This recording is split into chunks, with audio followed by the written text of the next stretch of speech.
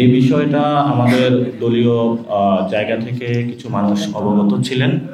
কিন্তু সবার মধ্যে দলের ওই জায়গাতে যে কথাগুলো হয়েছে সবগুলো ডিসক্লোজ করা হয়নি। আমরা বলেছিলাম যে আমরা একসাথে মিটিং করব, মিটিংয়ে সবগুলো বিষয় পর্যালোচনা হবে, কি কি কথা হয়েছিল এবং সেটা কেন বসেছিল সেই বিষয়ে কিন্তু হাসনাত আব্দুল্লাহ এই বিষয়ে তার পূর্বে স্পষ্টত বক্তব্য দিয়েছেন যে কিভাবে মিটিংটি হয়েছিল, কি কথা হয়েছিল। এটা হলো প্রথমত আহ, কোথাও কোনো মিটিং হলে সেগুলো জনগণের সামনে, যে কোনো পার্টি যেহেতু জনগণের দল, জনগণ জানার অধিকার রাখে, কিন্তু সেটা জানার একটি প্রক্রিয়াগত পদ্ধতি রয়েছে। যে আপনি যখন কোনো অপর পক্ষের সাথে কোনো মিটিং করবেন, সেই মিটিংয়ের তারও একটি কনসেন্টের বিষয় রয়েছে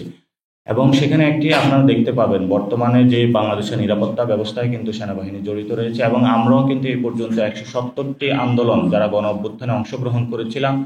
আমাদের মাঠে কাজ করতে হয়েছে এবং সেই ক্ষেত্রে অনেকাংশে বিভিন্ন জায়গায় ফেসিবাদী যে দোসররা তারাও কিন্তু বিভিন্ন সময় সুযোগ নেওয়ার চেষ্টা করেছিল, আমরা সেগুলো দমিয়ে দেওয়ার চেষ্টা করেছি। তো সেই ক্ষেত্রে বাংলাদেশের যে প্রশাসনিক ইনস্টিটিউশনগুলো আমরা যখন মাঠে কাজ করেছি তারাও মাঠে কাজ করেছে এবং আমরা যখন আমাদের সিভিল ফরম্যাটে কাজ করছি তাদেরও কিছু ফরম্যাট ছিল, তারা আমাদেরকে সহযোগিতা করেছে, হেল্প করেছে। যেহেতু রাষ্ট্রীয় যে প্রতিষ্ঠানগুলো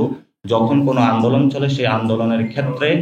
যদি কোনো সিভিল ফরম্যাট মাঠে থাকে সিভিল ফরম্যাটকে তারা হেল্প করে থাকে। ওই জায়গা থেকে আমাদের বিভিন্ন জায়গায় যাতায়াত ছিল, যোগাযোগ ছিল এবং মানুষের কাছে এটা সুস্পষ্টত এবং প্রত্যেকটি রাজনৈতিক দলের সাথে সব জায়গায় যোগাযোগ থাকে, নট অনলি যা রাজনৈতিক দল, সিভিল সোসাইটি থেকে শুরু করে মিডিয়া কর্মী সবার সাথেই এই বিষয়টাতে তাদের যোগাযোগ থাকে। কিন্তু গত যে স্ট্যাটাসটি কেন্দ্র করে হয়েছে সেটা আমি ইতিপূর্বেই বলেছি যে আমরা আজকে বসার পরে আমরা একটা দলীয় প্রেস রিলিজের মধ্যে সুন্দর করে কি কি হয়েছিল যা যা জানার আছে দেশবাসীকে আমরা এটা স্পষ্ট করবো।